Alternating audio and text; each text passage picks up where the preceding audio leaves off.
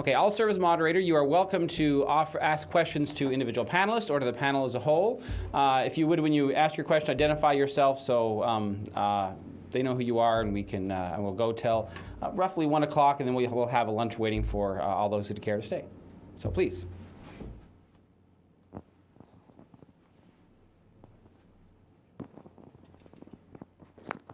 Thank you very much. This morning has been very, very, very interesting, I think. And one of the most interesting point that I heard is what Professor Wall said about the need to rethink our concepts in which we use to read the cultural and political phenomenon and landscape in Southeast Asia. And you talk about autonomy and the way that we need to rethink about autonomy. But also, my question would be, I guess, one of the most fundamental issue to be rethink again, especially when we talk about democracy and governance and autonomy, etc., is the question of the subject itself, right? How is the subject constituted, and how is, historically we look at the conception of a Muslim subject, for instance, that arise from and constituted by different ideological apparatuses throughout Southeast Asian history, and how that formed subjects. Because as we know, even in the literature of the so-called radical Islamists, of course, the question of subject is very much addressed even before they talk about governance, etc. This whole concept of Khalifatullah, the human being as the Khalifatullah fil ard, etc. So, how do we need to rethink the Southeast Asian Muslim subjects that are, as I said before, constituted different throughout history, and looking at the whole what Muhammad Anis said before about the whole hybridity and creolization that happens in that region, and how that constitutes a different concept of subject. And when we discussed before about how we need to rethink about the nation, not territorially, but maybe one of the way to do this, and this is certainly what I've been interested in, is to look at the concept of seascape rather than landscape in constituent subject, right? Because you have their hybridity and crisscrossing and different formations that can escape this whole state-centered or nation-centered essentialist sometimes conception of history and space and also subject, because that is, I think, a way of opening a different and more plural ways of imagining Southeast Asian Islam and Southeast Asian Muslim subject that is very much open to the whole democratization aspect of it. So.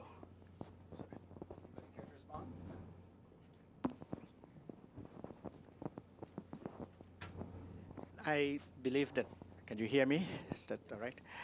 I think your question could be reformulated in such a way that you can replace Southeast Asian Muslim with Central Asian Muslims or elsewhere in the world. And if we follow what Alexander has said, there is a tension that is taking place not only in Southeast Asia, but I would argue elsewhere in the world, and that is the kind of Islam that is being contested, if you will, is characterized by the search for authenticity, using the language of the pure as a way in which to repudiate what you have in the local cultures. And therefore, what emerged is then a site of contestation in all of these scapes that you were talking about. What would emerge as a result of this Southeast Asian Muslim subject is then, I would argue, is some kind of a negotiated identity that would then emerge. And then the life of this world will then be negotiated identity. I come from a Catholic school. I was educated in a university imbued with the French ideology. Thammasat is that way. And I am from Buddhist society. What do I have? But I'm a Muslim.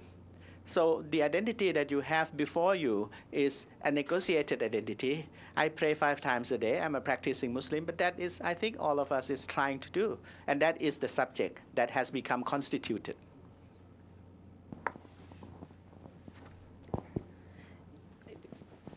We in Muslim Mindanao have been grappling with this concept of Islamic identity because we see that there is a division here. The identity problems, for instance, of Muslims in Muslim majority countries like Malaysia and Indonesia are very different from ours. Ours in southern Philippines and I suspect in southern Thailand have more to do with physical survival. But we use Islam as a rallying point, as a banner. So we hide behind this banner without really looking at the differences, for instance, in Sunni, Shia conceptions of Islam. So when it's really true, when you look at the 21st century problems in Muslim community, you have to use different lenses. And it is only now that we're beginning to have these discussions within ASEAN that we see the need to collaborate and to be able to have this dialogue so that we can look at identity sort of separated from the concept of nation and just focus on religious identity. But at the end of the day, we in Muslim Mindanao do not really see that as a problem. What we see as our problem is the need to survive, the need to be able to get acceptance as citizens if they want us to be Filipino citizens, and at the end of the day, be left free to practice what our faith tells us to practice, the same way that the Catholics are allowed to practice their faith. Malaysia has taken a very careful position with the Rohingyas, but very positive position with the Chams because of history. So you find that Malaysia has privileged Chams both in Cambodia and in Vietnam, also in Cambodia and in Vietnam, because the Chams are categorically divided into 3 different kinds of groups of Cham: the Muslim Chams, the Bani, the non-Muslim Chams, and in fact the Hinduistic Chams. So you have that in Vietnam, whereas in Cambodia you have the Cham being Muslim. So you have a very intensive program that privileged the Chams of Cambodia. In fact, in the history of Cham religious learning, it was referred to that the Center for Religious Learning historically in the past was based in Patani or West Kelantan, whatever you have it. But the are quite different. Rohingyas have the recent phenomenon with Rohingyas being put to sea and then coming to Aceh. But the Rohingyas is a very difficult situation for Malaysia to handle because first they are not considered to be citizens of Myanmar by the Myanmar government. So, whereas Chams, they're considered to be citizens of Cambodia or Vietnam. So in that way, you have grants and monies provided for, but not for the Rohingyas. So I can see that much from the Malaysian side of it. I do not know what Thailand would have to say. I don't know what Thailand would have to say. I know what I want to say. Very different identities. I think there are 2 ways to contextualize this.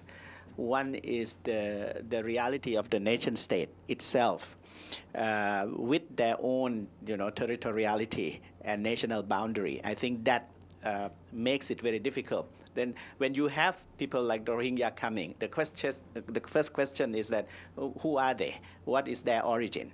We try to send them back. Now the Rohingya said, if you do that, we will be killed or we will be tortured. This is actually what they said. How you treat then these people who come all the way trying to find jobs, and they were saying, we are not going to stop there in Thailand, we are going further, to Malaysia or Indonesia, and you face the question like this. That's the nation state as the contextual boundary. The other thing which I think is important and relevant at this time is the time itself.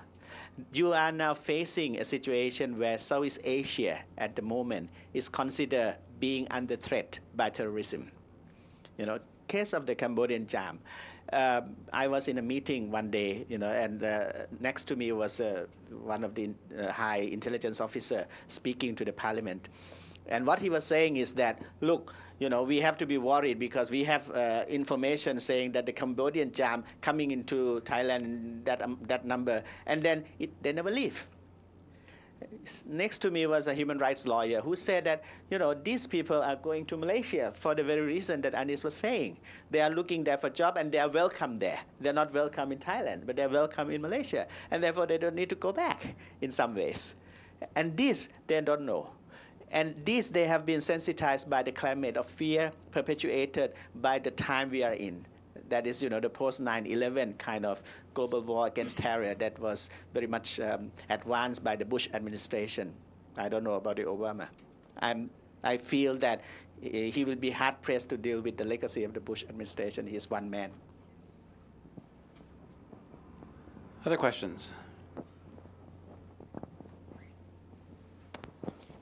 Just a quick question. In a number of the presentations, or a number of times this morning, Hadrami identity has been mentioned.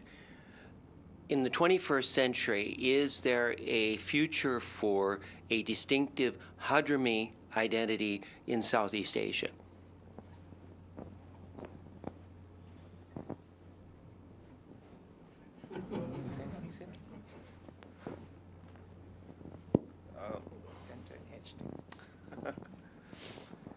We've got quite a number of Muslims of Arab origins. They are not primarily from Hadramaut, but quite a number of them are from Hadramaut. People whom I know, well, they're still proud being Hadrami.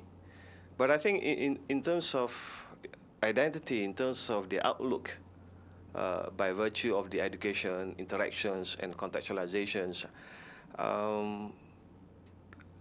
personally, I think from our interactions from Hadrami, friends of Hadramaut, it is distinct from the Hadramaut as it is now in Yemen. Although we do still have the Habaib coming over to Singapore and present talks, and we still have our students going to Hadramaut. Recently, 2 weeks ago, just a couple of days before I come here, I was with a young student who went to study in Yemen and came back.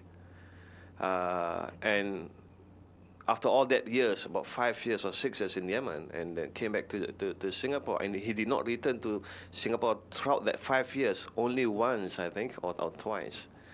But he asked this question about trying to fit himself in this, trying to figure out the learning that he received and the life in Singapore.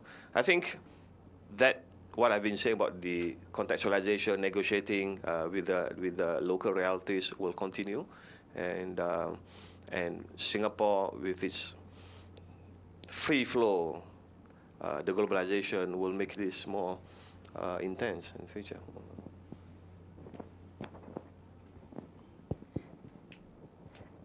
In southern Philippines, that's not really an issue. The descendants of the Arabs have integrated very well. Our worry about Arabization come from the natives who have been educated abroad, and it's not really just a worry about Arabization, but bringing in foreign cultures in the guise of Islam. So, as Pakistan, for instance, bring very aggressive in tabligh. They move around, and they're now trying to get all of the men to dress like them, to have haircuts like them, and this is supposed to be Islam. It depends where you were schooled. You bring in the culture of the country you were schooled in and try to pass this off as Islam. We have a problem about that generally. If you look at displacement of culture, for instance, or ghettoification of certain cultures, it's even more fascinating to look at the Chinese Muslims in the Philippines. The Chinese, when they came into the Philippines, anywhere in the Philippines, did manage to integrate, but none more successfully than in Muslim Mindanao. You cannot, it's seamless. So you have Muslims whose family names are very Chinese, Tan, Chang, Chong, who end up being mayors and governors of 100% Muslim population. But they never lose their Chineseness. They still speak the language. They attend annual get-togethers of their clans, Chinese from all over the world, but they never impose their being Chinese on the local population. At the end of the day, they are Muslim Tausug if they married into the Tausug tribe, or they're Muslim Maranao if they have integrated into the Maranao tribe. So that is the situation where we come from. Can I? I'm not sure if what I'm going to say is answering what Professor John Falls asked, but there is a two discourse on Hadrami in Indonesia, pre and post 9/11. Pre 9/11, Hadrami culture, so Hadrami tradition has been very, very influential in the formation of the Sunni Islam in Indonesia and Java, and particularly in pesantren tradition. Hadrami culture and tradition to pesantren is like Puritan tradition in New England. It's very much influential and interwoven into the fabric and into the cultural intellectual fabric of the Sunni tradition in Indonesia. I grew up in pesantren and I went to madrasah and pesantren in Java, and I learned many textbooks that has been written by Hadrami intellectual and scholars. One title that I still remember now is Small Treatise on Aqidah, Fiqh, and Tasawwuf. The title is Risalatul Muawana wal Mu'azara. It was written by Abdul Rahman As-Saqaf, something like that. He was from Yemen, and the book is very popular, and it doesn't constitute the core text in the formation of the pesantren tradition, but during Ramadan, because in Ramadan you have like, it's like an annual festival of reading numbers of corpus of Islamic texts, ranging from hadith, tafsir, fiqh, tasawwuf, any field in Islamic sciences. And this text is very popular among pesantren tradition, and is read and widely consumed by pesantren student. But post 9/11, Hadramis and the image of Hadrami is closely tied to groups which happen to be notorious for its extremist acts, like Front Pembela Islam, the front of the Islamic defenders, whose leaders happen to be Hadrami person, Habib Muhammad Rizik Syihab, and also his lieutenant, also a man with Hadrami descent. So Hadrami post 9/11 is closely tied to the discourse of war on terror and so forth. But still in the traditional or pesantren based tradition, the Hadrami image is still very, very positive, and it's like in New England. I mean, you cannot separate Hadrami tradition from the formation of Sunni Islam in that terrain. Yeah. I like to. This is much like Ulil's point of view, but very, very subtly, there is a renaissance of Hadramis, wanting to associate with the past of the Hadramis, mainly because you won't find, for example, there are 3 sultanates in Indonesia. which was set up by, or which was the line of the Hadramis. You're talking about Siak, you're talking about Palembang, you're talking about Pontianak. And they really left behind a legacy, a lot of cultural legacy, performative legacy. And then with the contestation of the fundamentalists, when the performing arts is being interrogated, to be considered as completely deviant in the sense that it doesn't fall in between either way, and that the solace is seek by looking into the past of the Hadrami. So there is a renaissance of studies and a yearning to go back and investigate. And I think this is what I think Hanan has said. There's a number of groups are going back and forth. I think Aji is aware of it. I mean, going to Sana'a, Kuala Lumpur has Sana'a Kuala Lumpur direct flight. I mean, it's never had before, but we have this flight that flies from Kuala Lumpur to Sana'a directly. It does a lot. What? And it's cheap. And it's cheap. Yeah. So it does a lot, and I think it is an affirmation of a legacy, and the legacy cannot be taken away because it is Islamic. It has a tradition that is considered to be negotiative, a tradition that is doesn't confirm, doesn't push it, and first and foremost, it has its association with the royal house. So the royal house gives these the impetus to connect with the tradition that was spread from the royal house. So you see, Siak, Indragiri, Palembang, and Pontianak, these three brought forth very interesting genres and repertoire. And especially if you look into the other one, which has no connection to royal house, is a single instrument. And if anybody who wants to do a study of music in Southeast Asia, one organologically is one instrument that has not been studied seriously is the role, the meaning, the epistemology of the lute.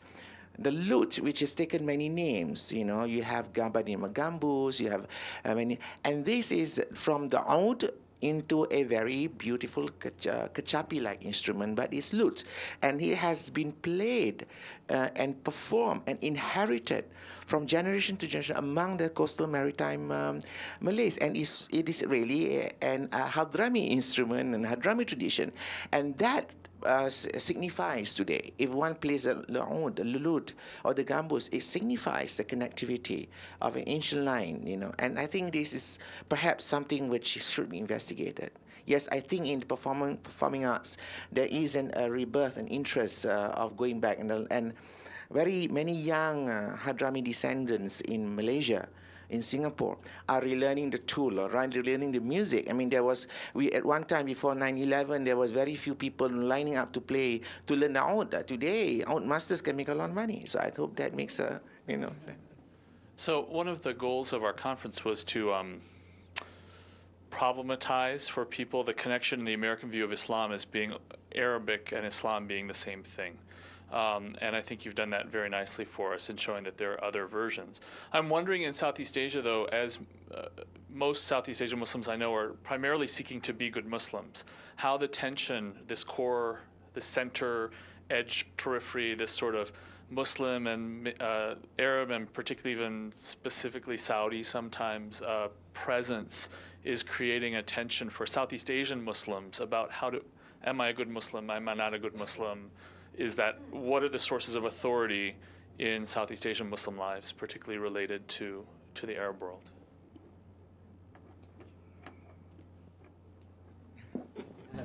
Give it to Singapore.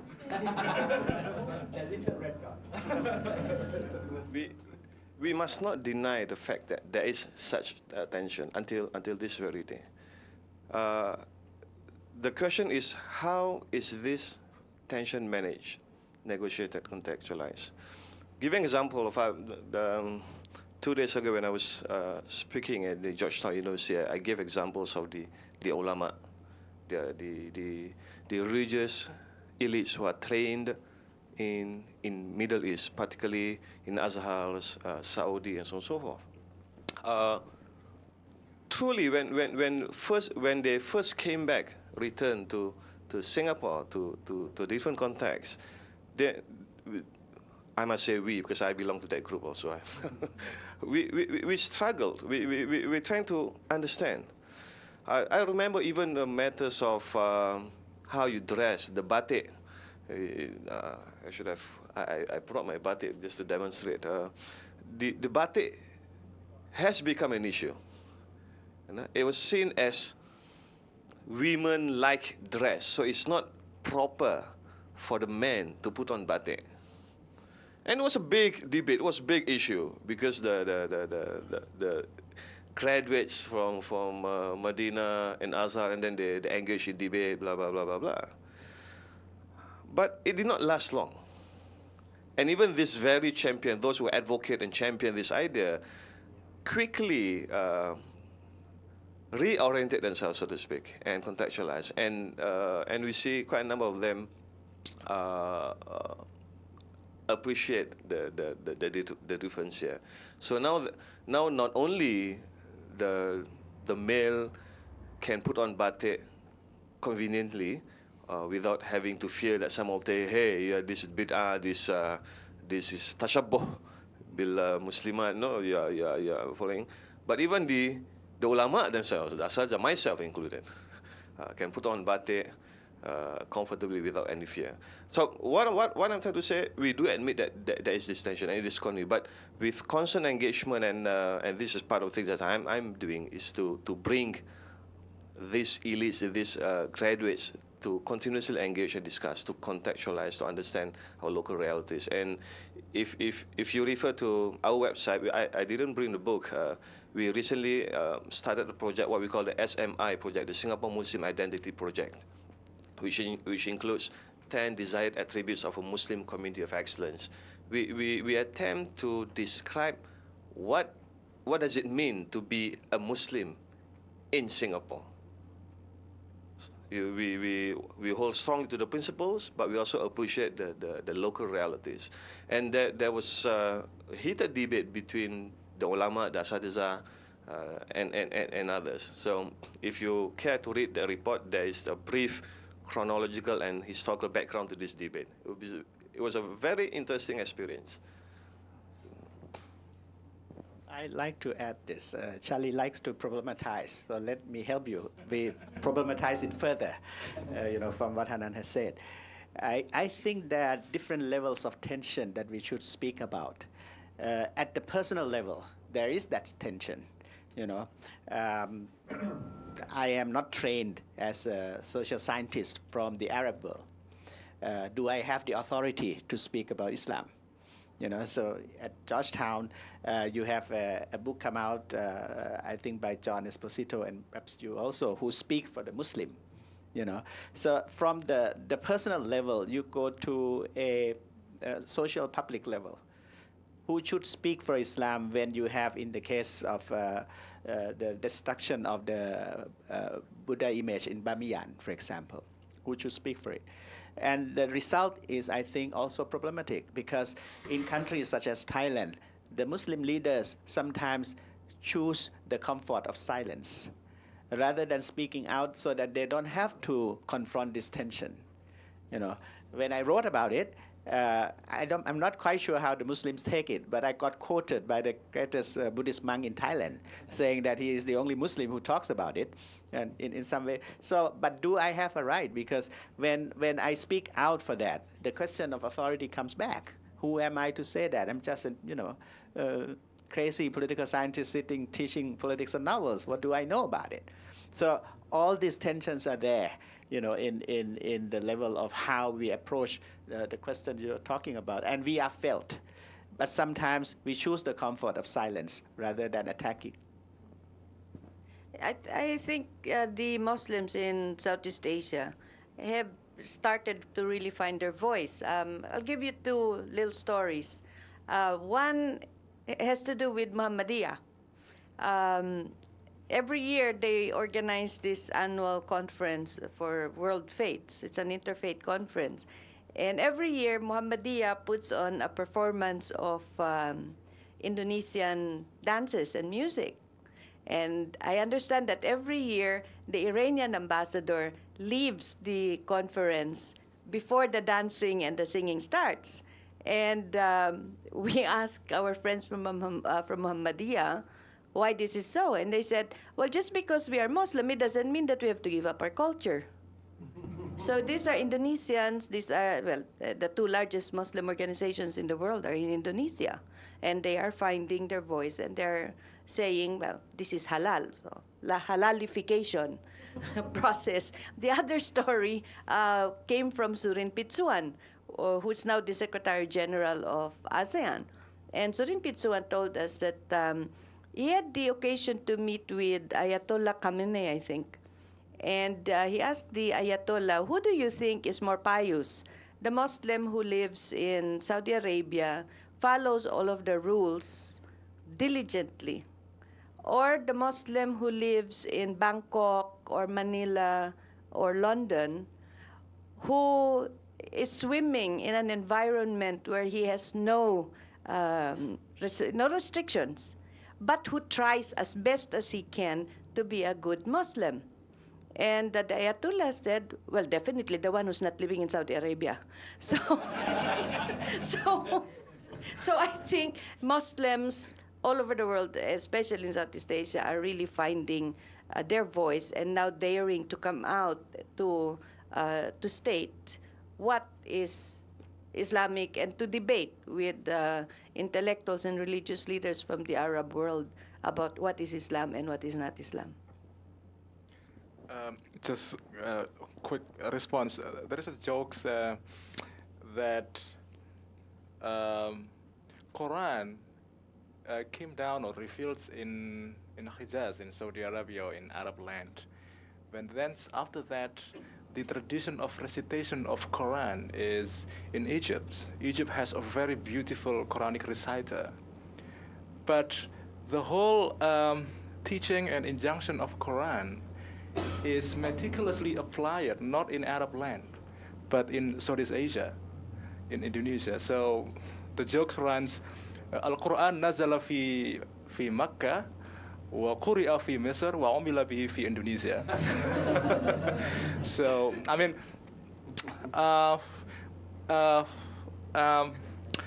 the negative sentiment toward the Arabization, I mean, is actually a contemporary phenomenon. Again, it is a post-9/11 phenomenon.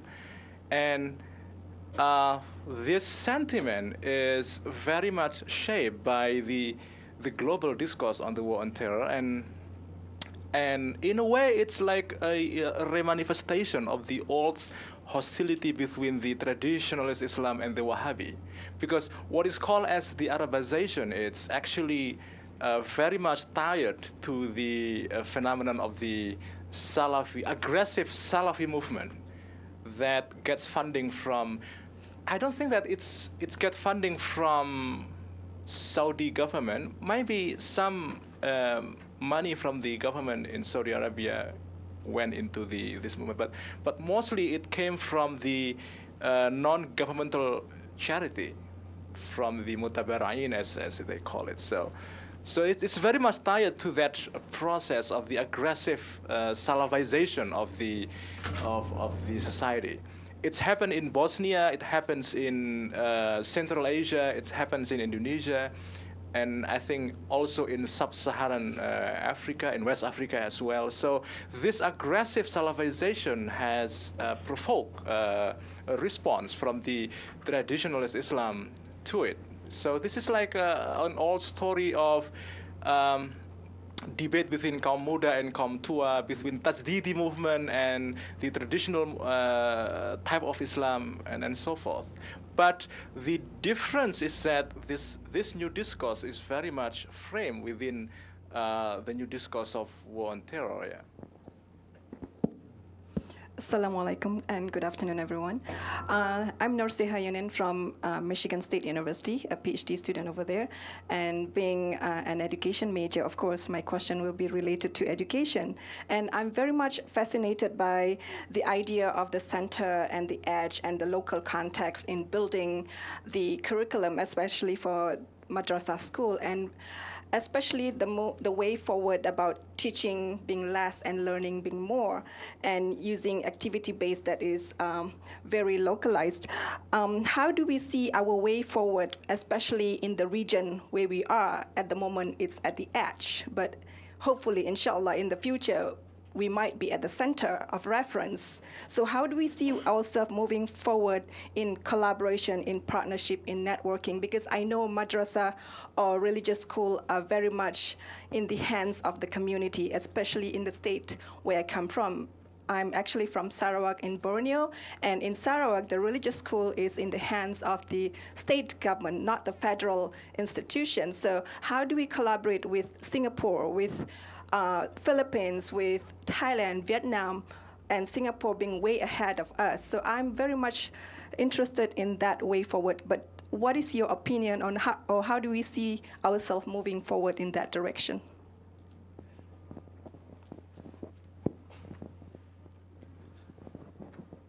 Oh. I'm trying to prioritize. If there's one thing I would like to stress from our personal experience, I've said this in many of my in other occasions in the paper. There's a book, AUSAID, the Australian International Aid in Indonesia. I understand that they're going to publish a book, and there's a chapter on this. I'm not sure whether it is available in the market. If it is available, you may want to refer to a chapter where I talk about this. I think that if there's one important point, is any reformism, any contextualization will not be successful. I'm referring to the madrasas and some education in our region. If similar reformism is not done at the higher learning. Because these are the people who will return and develop, write textbooks and teach. I think personally, I mean, from our experience, the biggest challenge was not to develop the program, the curriculum, the textbooks. I'm not saying it's simple, it's a long debate, but one of the biggest challenge is to train the mind. And currently, this training of mind is primarily done still in the center. Our asatizahs, our ulama are trained in Saudi, in Azhars, in Syria, in Yemen. Quite a number of us now they are going to Malaysia. So I think the way forward is one of the ways is to do the same thing, trying to reform at higher learning. So what can we do here? I've got no answer. I mean, I've been struggling with this. Okay, I can rewrite the textbooks, but what can I do to do? What can I do for with regard to the Islamic higher learnings? I don't have access. Although I meet Sheikh Azhar every year, almost at least twice a year. But what can I do to with regard to their curriculum? Yeah. So I thought there's one question. If I want to prioritize a question that we need to ask. In my country, interestingly enough, the governments that have been aggressive in helping the madrasa improve the quality of education has been AUSAID and USAID. Japan has followed suit and is helping bring in science, technology, teacher training, just so the madrasa can become a competitive learning center, and we'll have graduates that can now go into the national educational system. Now, in ASEAN, I know that there are moves, and we are part of a group, for instance, that's trying to put together a network so that we can work on issues like this, like how to improve the educational system in the madrasa. There are study tours that are being organized from Indonesia to the Philippines, Philippines to Indonesia, and so on. As of this week, for instance, we sent 7 people from the Philippines to Jogja and to Jakarta, and one of the topics is the pesantren. There will be eight or so coming from Thailand. There will be so many coming from Singapore, all trying to network. And what you said is absolutely right. We have to start networking if we are going to try and bring up the level of competence in our madrasa and pesantren. The unfortunate situation, though, is that we do not get as much support from institutions that we normally would have expected to help us, like the Islamic Development Bank. And maybe if you can find a way through, then you can tell us. And there's also MABIMS. Through MABIMS, the ministerial meeting of Malaysia, Brunei, Indonesia, Singapore. There's also that coordination. I like to add my 2 cents here. I would rather reformulate the question a little bit. And for me, the question is not how the edge or the periphery could replace the existing center. But my challenge would be how not to be consumed by the center to such a way that you have lost everything. And I think if that is the case, then the question is that, in our daily lives as Muslim, we recognize the spiritual existence of the center. We face the Makkah, we use Arabic in our prayer and all that. That how can you then allow yourself to be enriched by that rather than being diminished by the kind of center? I think the message of Islam is not to diminish yourself, but to make yourself grow as who you are. Unfortunately, the political question of the day has resulted in the opposite. And I think it's the challenge for us to be a little bit more critical about the center. They're still setting up, so we have time for just a couple more questions if they're brief. I have a sort of a general question, but since about Southeast Asia, but since Islam is such a bedrock of at least island Southeast Asia and Thailand, hopefully it'll be relevant. The formation of most Southeast Asian countries, as we know, a lot of it has been circumstantial. It's been because of political, colonial cleavages, electoral brokering, that nations coming together in very different ways. And for the long time, in many of these countries, we have these different nations trying to form a state. And then there's this idea that the state has tried to create a nation based on some kind of creed. Maybe in Thailand it has been monarchy, in Indonesia it's been Pancasila, and then a combination of that and authoritarian regime. In Malaysia, the social contract, and it hasn't worked, obviously. But there is probably a pretty strong sense of regional pride for many of these people. I think I asked Professor Chaiwat this last year. If you were to give southern Thai people, Malaysian passports, they probably won't leave and go. They probably stay where they are, right? So if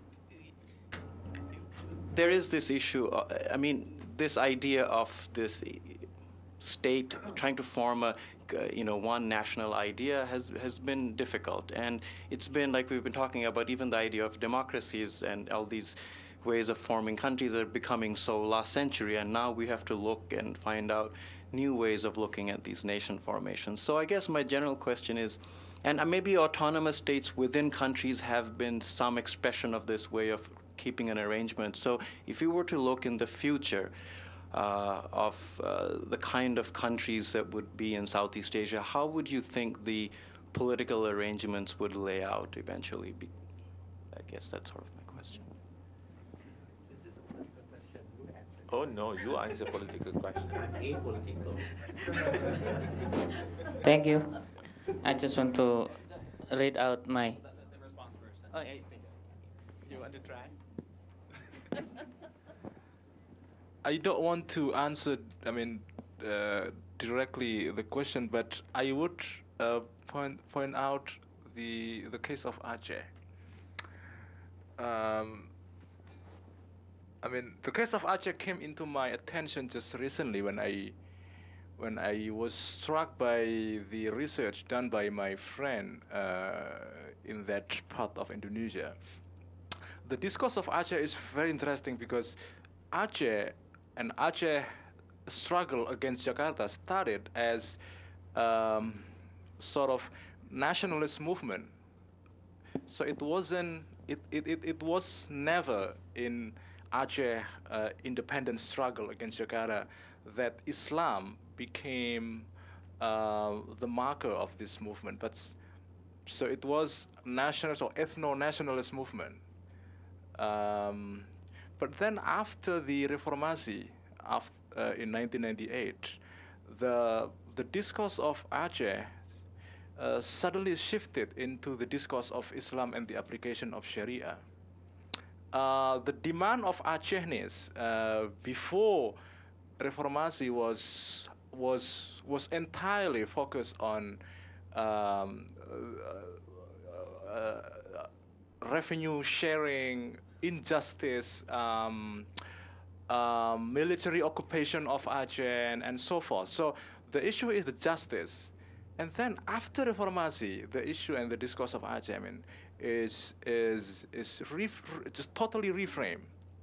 And I think it's complicated, but why it became and why it shifted into the discourse of the application of Sharia, because one thing, central government is very happy to see that the discourse shifted from the discourse of justice into the Sharia, because Sharia is easy to handle.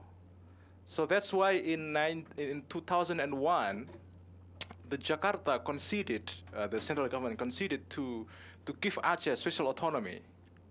And then I think 2 years ago in 2006, there was a law passed by the National Parliament, not only to give special autonomy to Aceh, but also to give Aceh a local governance over the issue of Qanun, of the application of Sharia. So according to this law, the province of Aceh has a wide autonomy to enact law that based on Sharia, not only on the private matters, ahwal shakhsiyah, like divorce, marriage, inheritance, and so forth, but the negotiation is going on now, and I think it succeeded to extend the scope of the jurisdiction of the Sharia law to include also the criminal code. I mean, part of the criminal code, like gambling and prostitution, rape, and so forth. So I think this is very interesting. And Aceh people seem to be happy with this concession from Jakarta to give special autonomy to Aceh that translate into more religious issues, because it gives them a sense of regaining identity as an Acehnese. I don't agree with some political observer in Indonesia who are skeptical about this development of shifting from justice discourse into the Sharia discourse, because if you look at Aceh itself, I mean, the discourse of Sharia is not only something that is imposed from Jakarta, but it's also represent the aspiration of the Aceh themselves. So, I mean, in this sense, I mean, Jakarta concede to give special autonomy, and then it shifted into the new discourse of the application of Sharia, and now the problem of Aceh, I think, is if not completely, but I mean mostly settled. So there is a win-win solution. Jakarta gives Sharia, and then Aceh is happy, and the issue of justice receding, and nothing changed actually. I mean, in terms of revenue sharing, and so this is, I think, is a very interesting case for the political scientists to investigate how symbolic discourse can play into the in the issue of the justice. And thank you. One last question, if we can, and we can continue this discussion. May I just add very quickly, if you're talking about will the political landscape in ASEAN change post 9/11 because of this growing concern on religion, Muslim Mindanao fighting, Muslims, Southern Thailand fighting? I don't think so.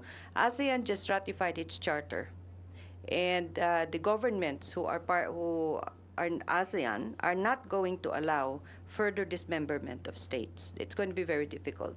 The UN is not going to allow that to happen.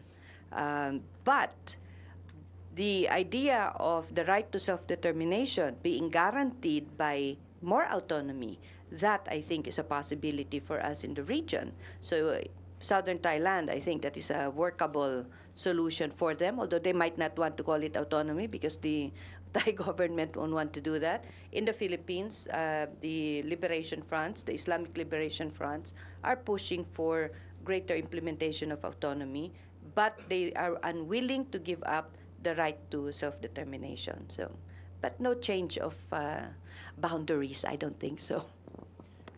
It's one way to deal with your question is that I think the future project of the nation state in this 21st century is metaphorically the construction of a home, not a house. By that I mean, for example, that one of the debates in Thailand is about Buddhism as a national religion. If you allow Buddhism to be a national religion in a legalistic sense of the term, that is, put it in the constitution, what that will make immediately is that I will then become a second-class citizen. The question is, in what way would I feel about this home where I reside as a second-class citizen? By not putting it in the constitution, what I could feel is that I could feel an equal in terms of citizenship with others, although I believe in totally different thing. I mean, this is not a question about Thailand or Southeast Asia. In the European sense of the term, that is the question, isn't it? How can you produce a home for all these migrants who have then become Europeans? You know, how are you dealing with the Turk? How you're dealing with the Lebanese? From Italy up to Germany or Denmark, you have all these questions that are dealing with. And that, I think, the responsibility lies with the civil society to introduce a discussion about the type of nation state that you are talking about in the future that could accommodate all of these things, including the new notion of perhaps citizenship.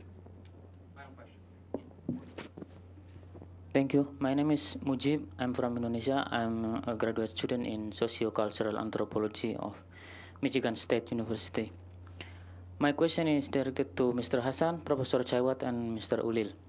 It is about the new organization of education in Indonesia, about Az-Zaitun Islamic Boarding School in the Regency of Indramayu, the province of West Java. It is quite short to my home village, 2 miles only. This Islamic boarding school, which began operating in 1999, accept 1,500 new pupils every year and will constitute at maximum 18,000 of them by 2011. Not yet counting the teachers graduated from Islamic communities of Indonesian universities, from Al-Azhar University of Egypt and elsewhere. Most of the pupils are, of course, from Indonesia, but thousands of them come also from Malaysia, Singapore, South Thailand, and other countries of Southeast Asia. It is very independent as it has its own construction company, 1,200 hectares agricultural land, laundry company, food processing, and so on. 3 of the most important facts in this new community is that the leaders of this Islamic boarding school is the former leader of Darul Islam, which once rebelled in 1950s in order to form an Islamic state in the province of West Java. The second fact is that the culture developing in this madrasah is Malay. In the matter of language, fashions, and public symbols is truly Malay. And the third is that it had significant political role during 1999 national election through the votes of the Indonesians in this community. In fact, one of the party has won in this area because the votes comes from this Islamic boarding school. The question is, number one, for Professor Chaiwat, what do you think the impacts brought by the students graduated from this Islamic school to the political situation of Patani in the future? And the second is question for Mr. Hassan. Why do you think the pupils from Malaysia and Singapore go that far to madrasah in Indonesia, which has not been known its qualities? And the third is for Mr. Ulil. What do you think the role of this community to the Islamization of democracy and the democratization of Islam? Is this community going to be the next radicalist faction in the future? Okay. Thank you. I answer the first question first. The simplest way is don't know.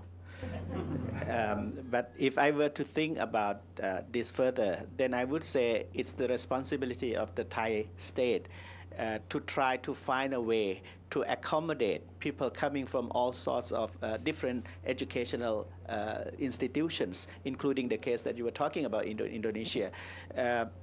Unless we have a way in which we can accommodate those differences, I think we will end up at least being threatened by the things that we do not know.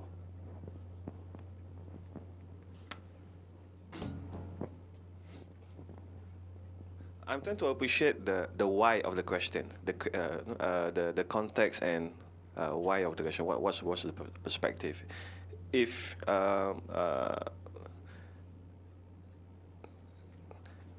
as a matter of data, in terms of numbers, yes, we do have our students going to Indonesia to pursue their studies in Pondok Pesantren, including Zaytuna. I do not want to discuss. I know that there are some controversial issues pertaining to Zaytuna, and we have. I think I don't say we have stopped, but Singaporeans do not go there anymore, to the best of my knowledge. Partly because of some of these controversial, so we can discuss separate. But I'm trying to understand why this question. Studying Indonesia is not novel. It's not something new to the Singaporeans. We have been going to Indonesia even the days of EIN, Ciputat. We've got quite a number of graduates. I personally belong to. I've got members of my family studying in the time of Cak Nur and Azumardi and so on. Yeah. So, if your question.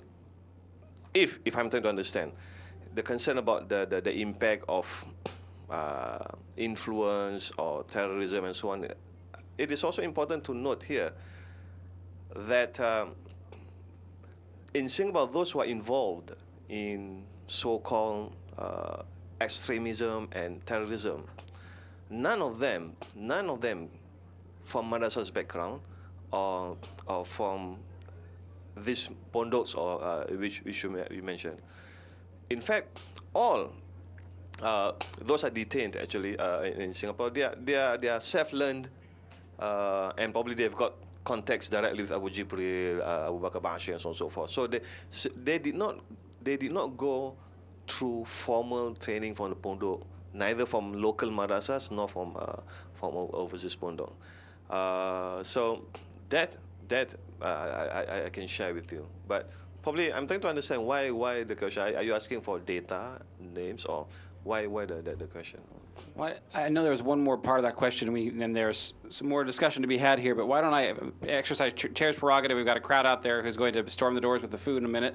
Let's formally break here. We can continue the conversations over lunch. We have Indonesian and Thai food, part of our regular Indonesian potluck, so please join us there if you can. But first, join me in thanking our panelists and all those participating in today's event. Thank you very much each for coming, especially on a Saturday.